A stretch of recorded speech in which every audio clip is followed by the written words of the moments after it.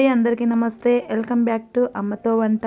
ఈ రోజు మనం స్పెషల్ గా దోసకాయ పచ్చడి ఎలా చేయాలో చూద్దామండి. ఈ పచ్చడిలో స్పెషల్ గా పల్లీలని వేస్తే ఇంకా రుచిగా ఉంటుంది. 2 టేబుల్ స్పూన్ల వేయించిన పల్లీలు, 10 రెమ్మల ఎల్లుల్లిపాయలు, ఒక హాఫ్ కప్పు పచ్చిమిర్చి వేసుకోవాలండి. వేసి మెత్తగా మిక్సీ పట్టుకోవాలి. మనం మిక్సీ పట్టేటప్పుడు ఒక నిమ్మకాయ అంత సైజు చింతపండు కూడా వేసుకోవాలండి. నేనైతే ఇక్కడ చింతపండు వాడట్లేదండి, ఎందుకంటే దోసకాయ చాలా పుల్లగా ఉంది. చింతపండు వేస్తే మరీ పుల్లగా ఉంటుందని తిండేవరని నేనైతే వాడట్లేదండి. మీకు కావాలంటే మీరు వేసుకోవచ్చు.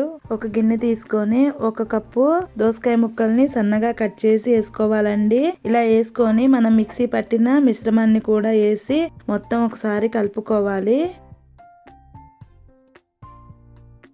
దోసకాయ ముక్కలకి పచ్చిమిర్చి బాగా పట్టేలా కలుపుకోవాలి.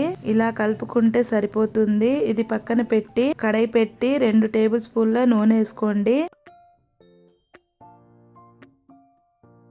1 టేబుల్ స్పూన్ పోపు గింజలు, 5-6 ఎండుమిర్చిని వేసి ఫ్రై చేసుకోండి. ఇలా ఫ్రై చేసుకున్న తర్వాత 4-5 ఎల్లుల్లి రెమ్మల్ని దంచి వేసుకోండి. దాంతో పాటు 2 రెమ్మల కరివేపాకు వేసి ఫ్రై చేయండి. 1/2 టీ స్పూన్ పసుపు కూడా వేసుకొని మొత్తం కలిసేలా కలుపుకోండి.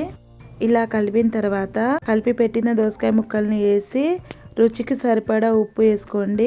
వేసి మొత్తం కలిసేలా కలుపుకోండి. ఈ ఉప్పు మనం పచ్చిమిర్చి మిక్సీ పట్టేటప్పుడు కూడా వేసుకోవచ్చండి. నేనైతే అప్పుడు వేయకుండా ఇప్పుడు వేస్తున్నాను. మరీ మగ్గని వద్దండి దోసకాయ అనేది. ఒకసారి కలిపి దించేస్తే సరిపోతుంది. అంతేనండి, దోసకాయ పచ్చడి రెడీ. ఈ పచ్చడి అనేది ఎక్కువ శాతం దేవుళ్ళ కాడ అన్నదానం చేసేటప్పుడు పెడతారండి. చాలా రుచిగా ఉంటుంది. ఇప్పుడు ఈ పచ్చడి మీకు ఎలా అనిపించిందో కామెంట్ చేసి చెప్పండి. నా మరిన్ని వీడియోల కోసం నా ఛానల్ ని సబ్స్క్రైబ్ చేసుకోండి. Thanks for watching.